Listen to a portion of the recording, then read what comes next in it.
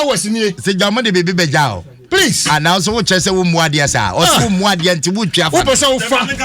Na bi na bi ka sama to so we do so. Obaye. O so ka we so nka dey. Obidia Madia Mount. Don't you be me saying still me sankai. We shouldn't entertain certain attitudes. Mimi attitude. No. Obaye. Obidia Diamond. Mimi a certain attitude. Maybe Obidia Diamond.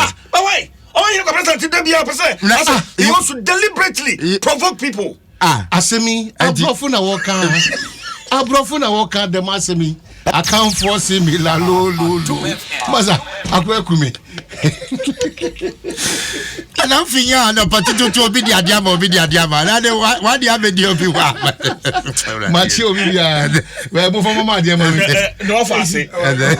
Yeah, tell them because I'm from no fancy. Madam, you are saying, more refuse your man, and you to the Assembly. And then you hear 50 billion, and send a flood in a war crown. We are live on Facebook. Yes. What the man? I wouldn't never dance here. What the man? What the man? Now the open power was out of CJ somewhere here. Good. Reverend Namisha, you crazy when you grow. Yes, she. I will get that good of you on one. Who do a man? Share. No, but do not 2 days. Pound now, Asem too soon. And then I said this 30 week, yeah. The Edikani SS school feeling secretariat. Omoke no mo e caterers. Eh, now they still are. And so konkon. Aden. E ha adwene. Aden. Emwa. Asa de we yaka. The tosu bi emu so no transport ministry ni GPRT for ne ayi for international intem. Na another bia answer maybe. Okay. Because ye nya ntie bi emu say driver for ne person mu to. Iti omo international intem na ho ye bi answer. Eh, asama. The tosu bi emu so ni say Ken Oforiata ye finance minister egusu defende eye cathedral honkomo any sika won di shame eno no san komo ni ebe ba me se motrasia ne kra no era senso boache so koye Ocean Press na na o se ehia 50 billion and on the be obeboska keke ansa na o man no ne ministry ne maniska na onika pre ministry ka pre krenyo ministry no ka pre ministry bi ka pre even ministry no kwasa control reminders ama ministry of finance o mo we na dia kam no mo san farm another body by well it's not about body by it's about ade no see eye no hu bibia e wo ho I know but Omanhene ye kind budget ya allocate ministry bia budget na allocation how do nyina na eko ebinim kra de eke o manwe o mo se na o mo go o mo ntimi kasa that's why I say aban on set out the priorities no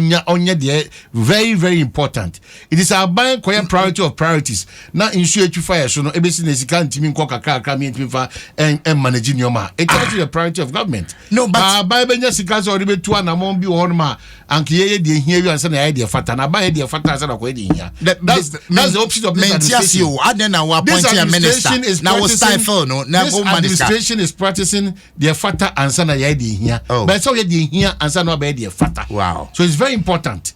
Now me assure every Ghanaian be able to say once you're a Ghanaian, be a proud Ghanaian. If you see something, say something. Yeah. Teach you the no mind to say a boy bra. Yeah. Finally, you can say CJ. Say yeah, me jumem. Say a basi be film from ma. Na yirintie. Yeah, made you see a bassy be film from my United men out. No, your hack now yeah working environment. Man for a ramen for sign because I Hassan. I made them and Obi Hago Edgeman Wada.